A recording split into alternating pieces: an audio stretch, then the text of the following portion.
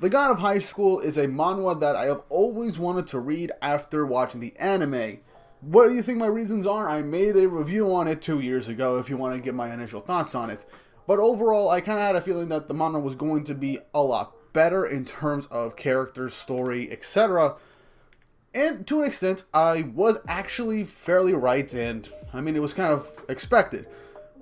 But I did not know that I was going to have so much fun just reading The God of High School. A lot of stuff went into it that I'm going to get into with this video, but I have to say, if you haven't read it already, go and give it a read. It's really fun, and you could really just go right through it.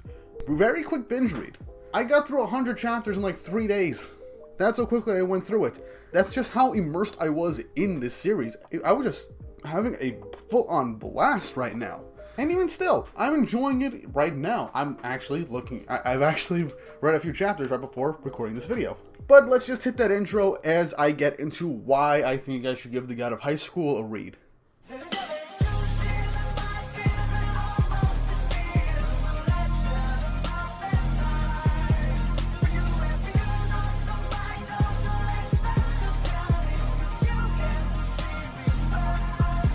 So as I mentioned, The God of High School is a manhwa series that you can actually read for free over on Webtoon, and it gets updated with a new chapter every single week. This series is honestly something I did not expect to fully enjoy as much as I did, and the concepts and the art style is something that I got used to, as I wasn't super 100% crazy about it, but as I kept going, it was something that I actually really enjoyed, and it kept getting fleshed out more and more as the story progressed.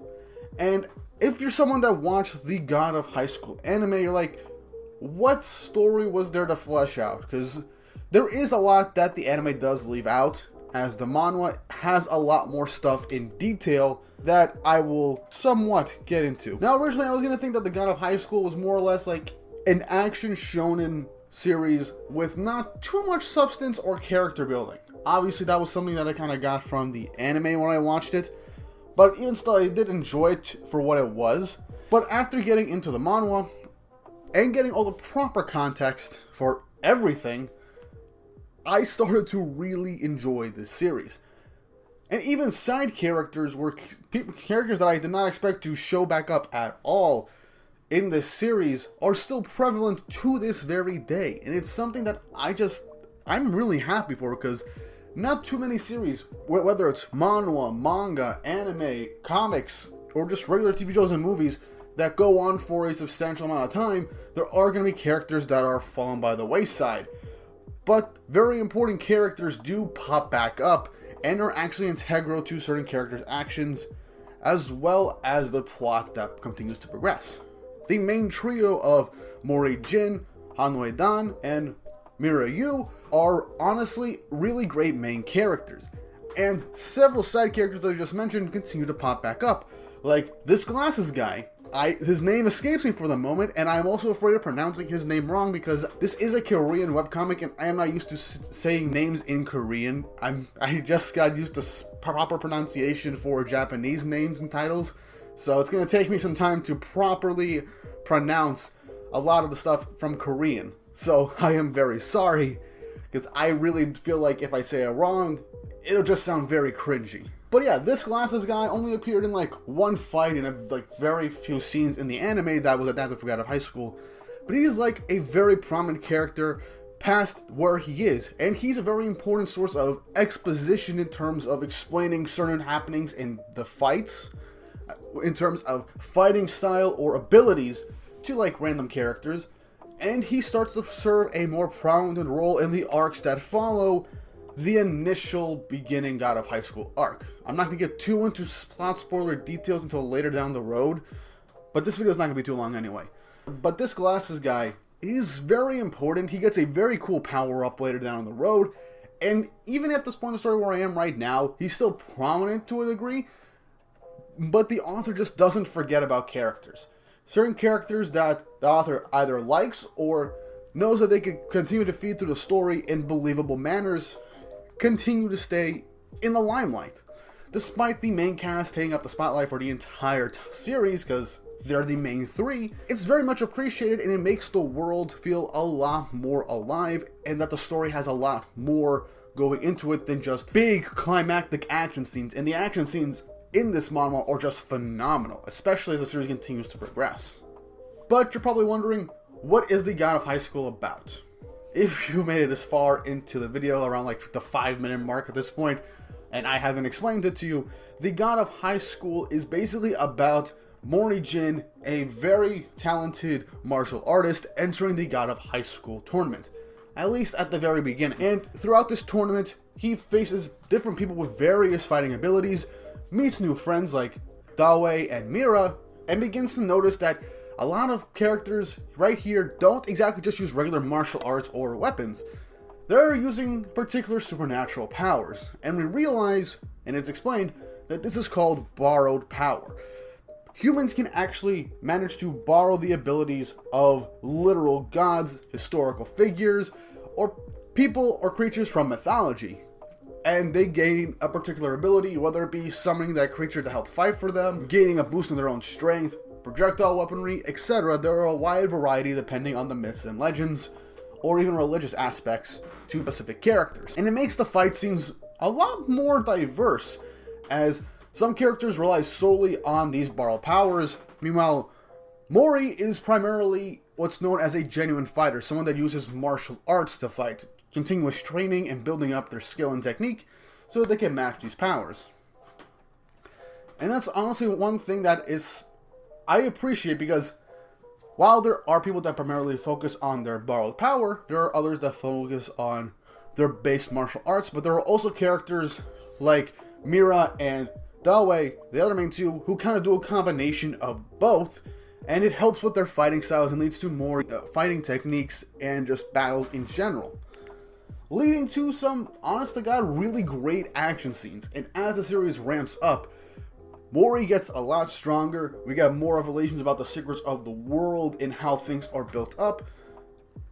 And it's something that I've come to really appreciate. Now, there are some negatives I have to state, because obviously, regardless of who you are, certain things are not going to be for everybody, or any story of any medium whatsoever. So I just want to say it like this. To an outsider looking in, as it was for me at first, it seems like the God of High School would just be like a mindless series of just mindless action scenes, pretty interesting and fun characters with cool designs and abilities, and not much else to the story. And I can agree to that to a certain extent, but that's quickly turned on its head. And that's something that I'm very happy about, because any series, especially if your main inspiration is from a battle shonen, and that's actually something that the author doesn't really hide. They love battle shonen. There are constant references to like Hunter x Hunter, One Piece, and I think even like Naruto or Bleach every once in a while, or Dragon Ball also. They're just sprinkled throughout, or just plain obvious. And it's something that I honestly, I understood that reference. And it was something that I honestly found very fun. But whenever you do a series that's more or less a battle shonen, you will come into the problem of, yeah, this is starting to get into mindless, bombastic fights that don't have too much substance or character in them, even though you do have some likable characters. God of High School does seem like that at times, considering that a lot of the action scenes, while very thought out and well paced, can sometimes feel like they're going on for a bit too long, depending on the characters that are fighting and the abilities that are showcased. Now, for climaxes to specific arcs, it makes perfect sense why these fights have to last longer than what they should. And there are a bunch of different perspectives, especially in some of the more major arcs later down the road. It makes sense why you feel like, okay, this is just mindless action scene after action scene after action scene. Again, it's a battle shonen. These are weaknesses that happen with any battle shonen.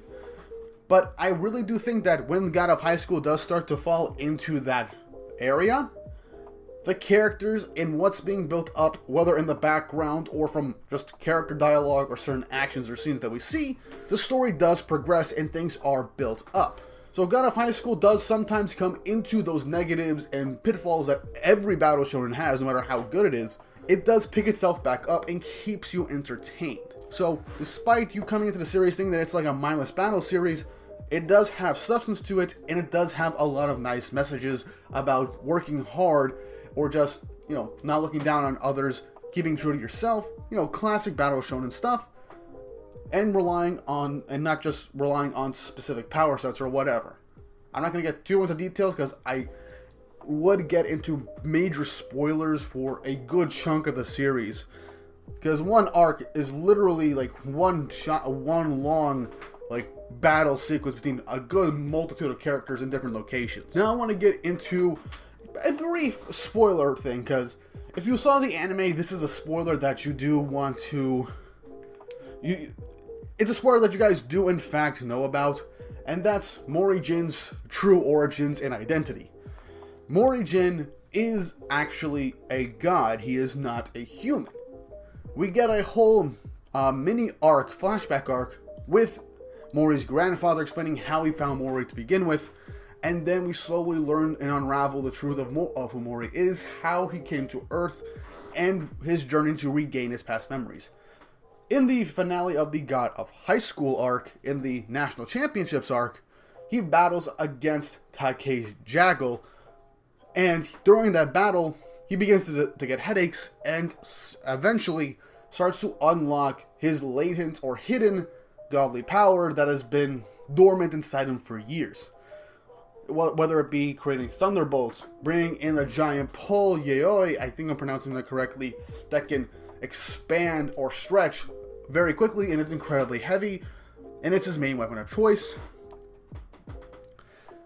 And he begins to have a more god form. Now, I cannot pronounce the Korean name for who Mori is, so I'm just going to say Sun Wukong or Sun Goku, because he's based off of the Monkey King. He is the Monkey King in like the Journey to the West, and all the different interpretations of him.